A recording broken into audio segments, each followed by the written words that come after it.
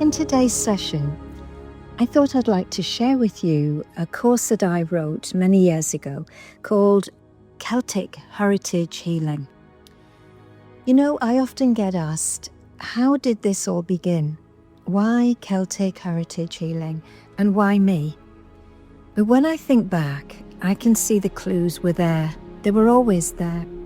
I was fascinated from such a young age by the mind, by the way some people seem to crumble under life's weight, while others seem somehow to rise stronger. What's going on here? What makes one person collapse and another find resilience? Of course, my influences weren't just in books or lectures. My grandfather, on my mother's side, a really quiet, intuitive man, had the healer's gift. He used to love collecting all sorts of different herbs and flowers, collecting little remedies, turning always to the wisdom of plants. And then there was nature. I can't explain it in any other way than this. I felt its presence. The stones, the trees, the rhythm of the earth, almost as if it carried memories and was teaching me something all the time. We could access things if we only listened, if we only stopped long enough to listen. So my path into psychology was really a path into something deeper, into curiosity, into the invisible forces that shape our lives.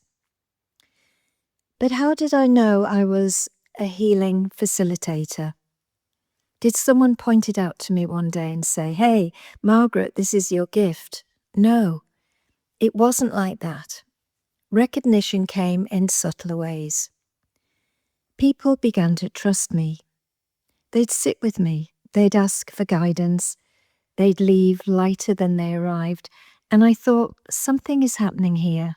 This isn't just conversation. This is transformation. I found myself drawn into healing circles, into moments where energy felt almost physical, as though it had texture, a presence. At first I was simply curious, but over time I realized the universe was nudging me, saying to me, yes, keep going, this is your path. And then the Celtic symbols came into my life. Think about them for a moment. The spiral, the knot, the cross, they're beautiful, aren't they? They do these simple shapes carved into stone thousands of years ago, and they still speak to us today. Isn't it strange how a symbol can bypass logic and go straight into your soul? For me, they're not decorations. Well, sometimes they are. I have some beautiful Celtic jewellery, which I love wearing, but they're also keys.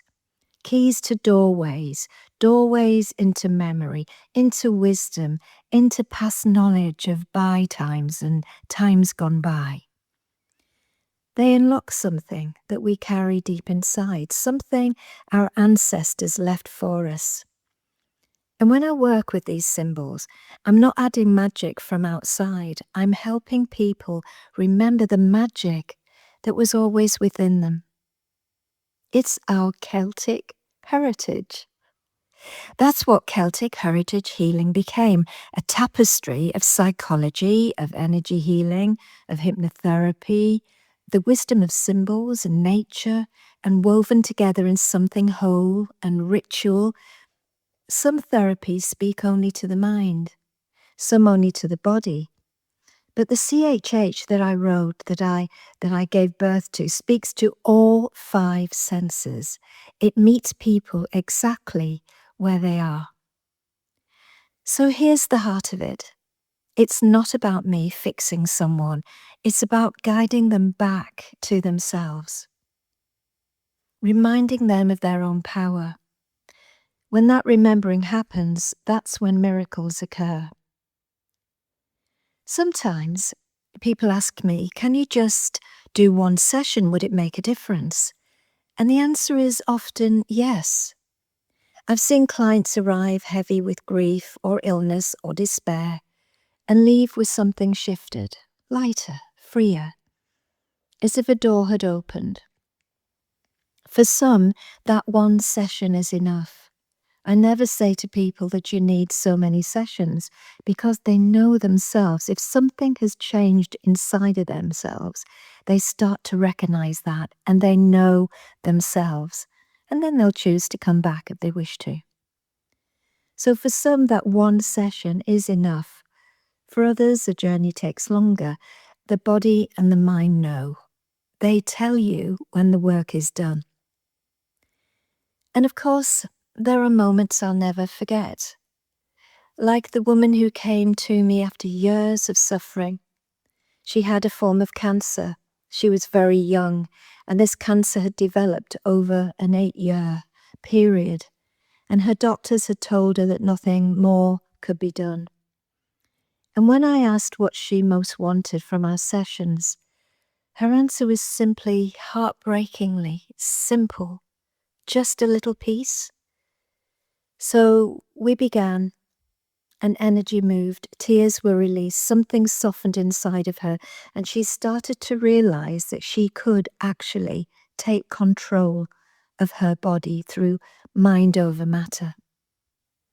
And in the weeks that followed, she told me her health began to improve in ways that astonished her doctors, and from that I was asked by the hospitals to go and do lectures on healing energy and, of course, the human energy field, which I love. That is the mystery of this work. I don't promise outcomes. None of us can promise outcomes, but I hold a space where the impossible can sometimes become the possible. And now CHH is growing over the years. I've taught in different countries, in France, in Switzerland, in Germany, in Spain, and over in the US. And I believe that this is not mine to hold on to. It's meant to be shared. So if you feel that stirring inside when you hear these words, if you feel as though you're remembering something ancient, maybe it's calling you too. This work isn't about power. It's always, always about service. It's about humility and patience and respect for the wisdom that comes before us. The Celts often left clues, so many clues everywhere. And of course, this Celtic heritage is our birthright, and we're simply learning to listen to it, to remember it. CHH, because healing, real healing, isn't about someone becoming someone else. It's about you remembering who you've always been. So I'd like to open this subject up a wee bit further and maybe do some exercises that you can delve into. So let's see what comes next. In this session, I'm going to do a CHH exercise. So that's a Celtic Heritage Healing exercise that helps you to change your mindset.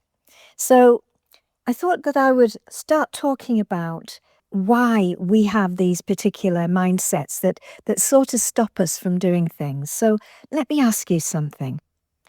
Have you ever noticed how the way that you picture something in your mind can change how you feel about it? A memory of a happy day can lift your mood in seconds, can't it? Or a worrying image can make your stomach turn over before anything has even happened. Why does the mind respond so strongly to images and sounds and feelings that don't exist in the here and now?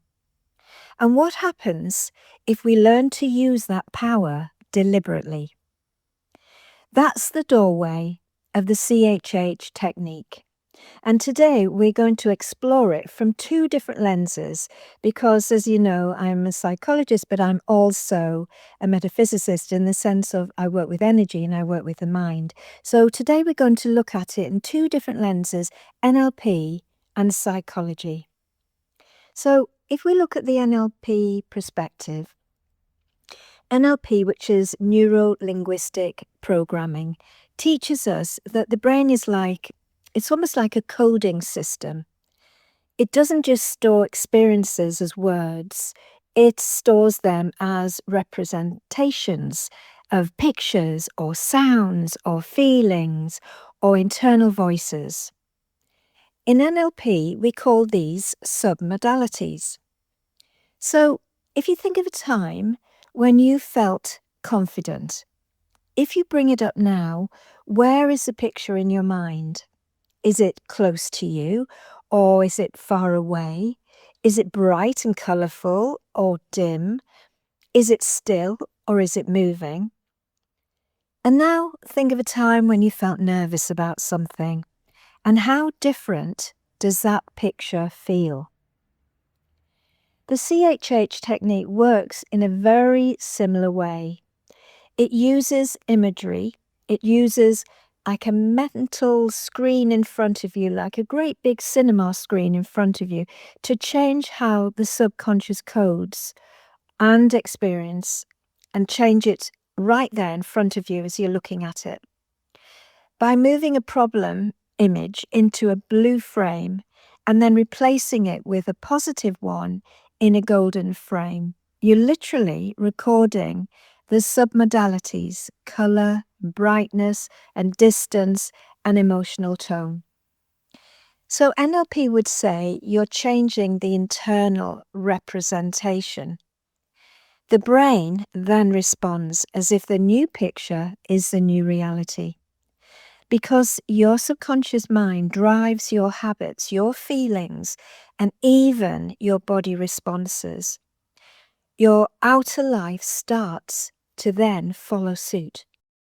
Your subconscious mind is the one that's telling your conscious mind how to behave. Now, if we look at this from a psychological perspective, let's just shift that lens onto that and see how the psychology looks through that lens. It looks at the science of brainwaves, relaxation, mental rehearsal. And when you practice the CHH method, you slow your brain into alpha and theta states. And these are the same brain states that are linked with daydreaming, creativity, meditation, and even the twilight before sleep. In these states, the prefrontal cortex, the logical part of you, the critical part of the brain, starts to quiet down. And the subconscious, the part storing all the patterns and all the habits and all the body responses, becomes really suggestible. So when you imagine yourself healthy and calm and successful, your subconscious begins to wire that pattern as if it's real. And the more that you repeat that, because your subconscious mind doesn't make any choices, it doesn't have an opinion, it responds by the information you're putting into it. So if you're thinking, I'm not good enough, or I can't do this, or I can't do that, or if you're thinking the opposite, oh my God, this is effortless, this is amazing, I'm really good at this, I'm going to do this, I'm really excited, then your subconscious mind will listen to what it hears the most. And then that, it actually puts into a mindset. This exercise is called mental rehearsal. And I have a lot of sports clients, athletes, and I also have a lot of actresses and actors. And they're very similar in both ways because the athlete, they learn naturally. And I usually find this with the young athletes that come to me. They have this mindset in their brain, say if they're a footballer, and when they're about to, say, kick the ball to a certain place, they don't actually think about kicking the ball. They think about the result, the exact point of contact where that ball's going to go, or whether it's going to go, into the goal. And it's the same with actors and actresses. If they have a mindset where they are learning a script and they see themselves as that particular role, and they see that character building inside of them, then they can easily slip into that role and use it, for film or for whatever. and they will keep to that particular format. Because an awful lot of actors and actresses that I've found, they are quite often very, very private people. But once they put a role, or once they take on a role, they become this extraordinary vehicle and they take on that personality. So they can really change their mindsets, just like an athlete can change their mindset. Now, neuroscience shows that the brain fires in the same way when you vividly image an action as when you perform it. So again, I've also got clients who have had terrible accidents and they're in the sort of the mode of now coming out of that, recovering from that, but their muscles have withered or whatever. And I can actually give them this suggestion by allowing the brain waves to slow down and give them the suggestion that even as they sit in the wheelchair or they lie on the bed, they can actually visualize themselves running or jumping or doing whatever movements they think they can't do at a given time. So it's actually amazing. Mind over matter is fantastic. We are more than you think. We are actually magnificent beings. So the CHH technique simply harnesses that science deliberately, guiding you into alpha, then feeding the subconscious vivid images, emotions, and intentions. If we bring all of this together here, from the NLP view, which is about changing your internal coding, and the psychological view, which is about entering a receptive brain state and rehearsing new patterns, then we've got this amazing, amazing equation that actually works. But here's the question I want to leave you with. If the brain responds so powerfully to imagined images and rehearsed states, how much of your current reality is simply the echo, the habit of old pictures you've never thought to change? And what might happen if you choose today to redo them, to repaint them, to recreate them? That's the power of the CHH technique. It's not magic. It's not wishful thinking. It's a science, really, and it's an art of working with the mind instead of against it. And maybe that's the doorway you've been waiting to step through right now. So, settle down and let's do an exercise. So first of all, close your eyes and take a slow, deep breath in. And hold it. And release it. And again, take a deep breath in and out. Nothing forced, just your natural rhythm of breathing. Each breath is a doorway, taking you deeper inside because it's calming your brainwave activity. So notice how your body feels right now. Are your shoulders tight? Is your mind busy? Just notice. No judgment. And now, let's begin the journey. Imagine that I'm going to count you down from 5 to 1. So imagine that number 5 before you, large and clear. And say to yourself, I am at level 5 and I'm beginning to relax. And just feel the tension starting to leave your body. Feel your shoulders begin to drop and your legs get heavier and your arms softer. And now say to yourself, number 4, I am at level 4 and my mind and body are more relaxed. Perhaps you notice warmth in your chest or a loosening in your jaw. or a gentle tingling in your hands. All of this is perfectly normal. And then say to yourself, number 3, I am level 3. I am deeper. I am healthier. I have a healthier level of mind. I am relaxed. And feel your body relaxing more and more. So where is this change beginning? Can you feel calm? Now say to yourself, I am at number 2. And just feel yourself relaxing deeper and deeper and deeper. And your muscles are lengthening and softening and relaxing and sinking into the chair. And your mind is calming down, but yet alert and open.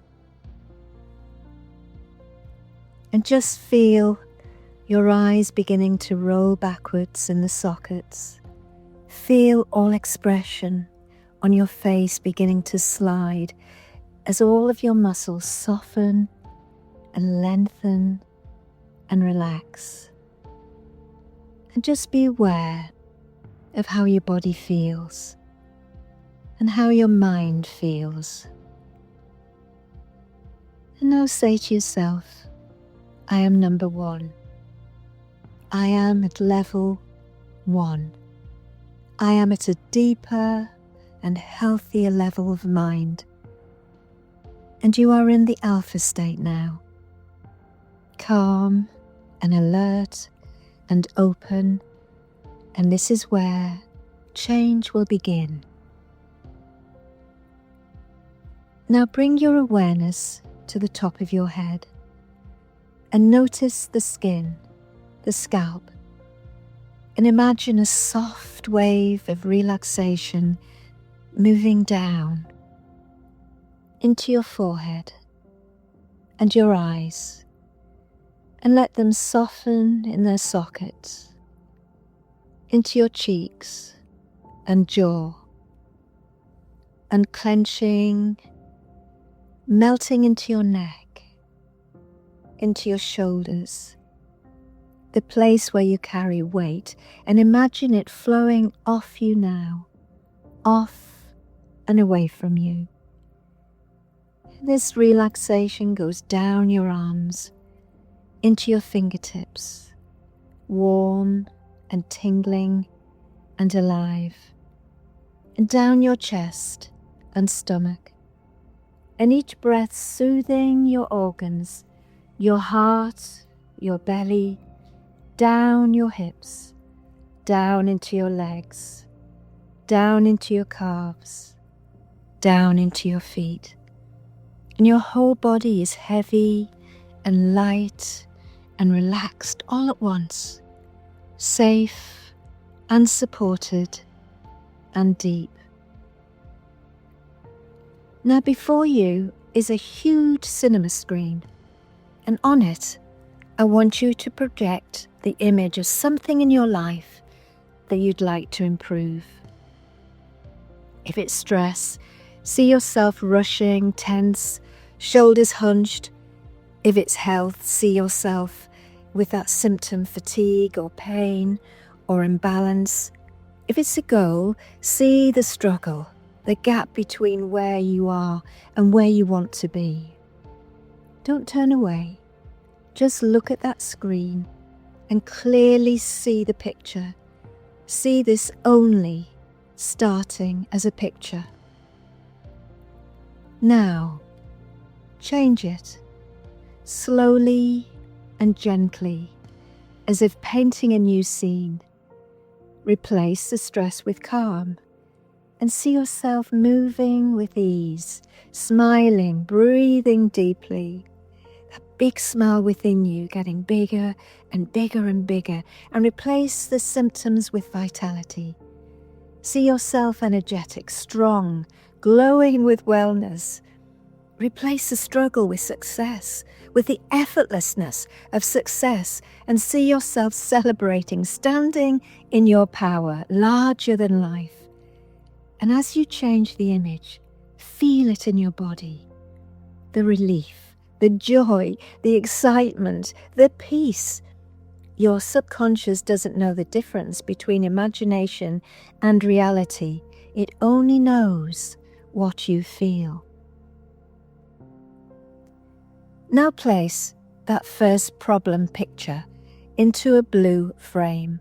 See it clearly, acknowledge it, and say to yourself, this was the past. Now, erase it. So you can erase it with a cloth from the screen in front of you, or you can just see it fading away.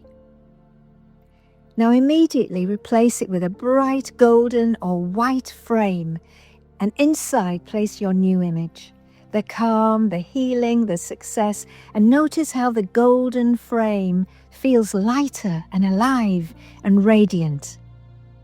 And the blue frame belongs to yesterday. The golden frame belongs to now.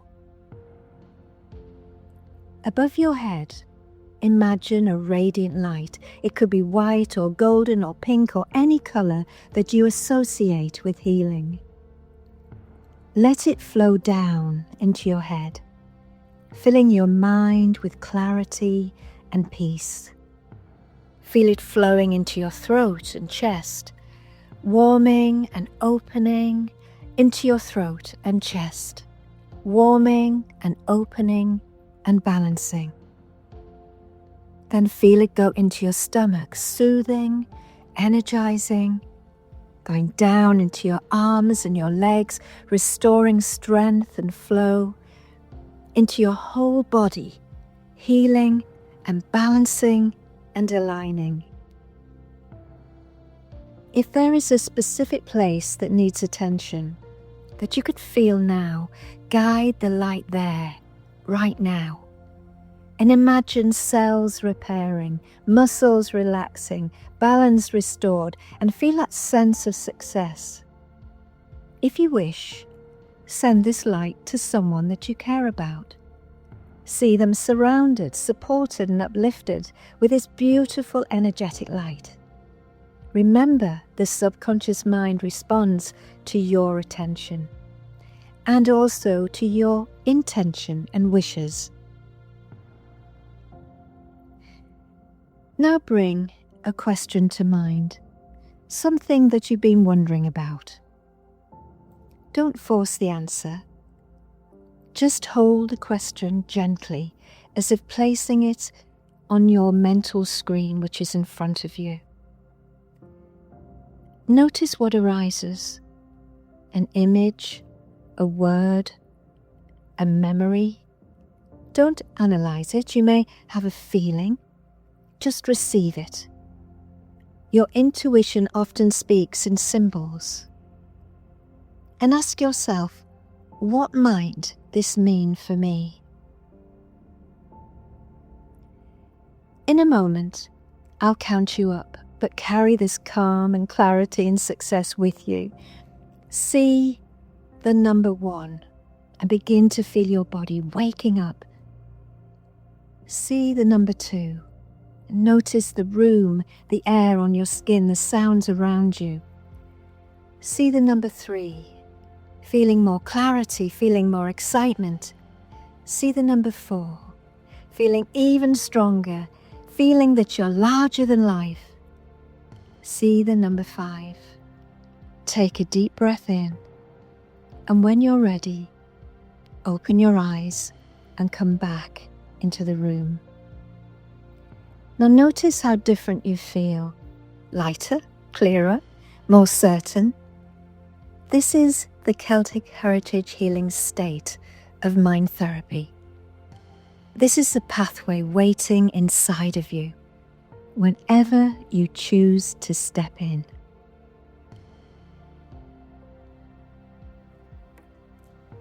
Thank you so much for joining me today. This podcast is free to listen to, and if you'd like to help me keep creating it, You can support the show through my Buy Me a Coffee link in the show notes. Every bit of support means the world. And if you'd like to go deeper into your own journey, come and visit me at margaretdepetro.com. You'll find ways to book tarot readings with me, courses, Reiki and healing appointments, meditations, and lots more waiting for you there. Until next time, keep listening, keep learning, and keep walking your own beautiful path.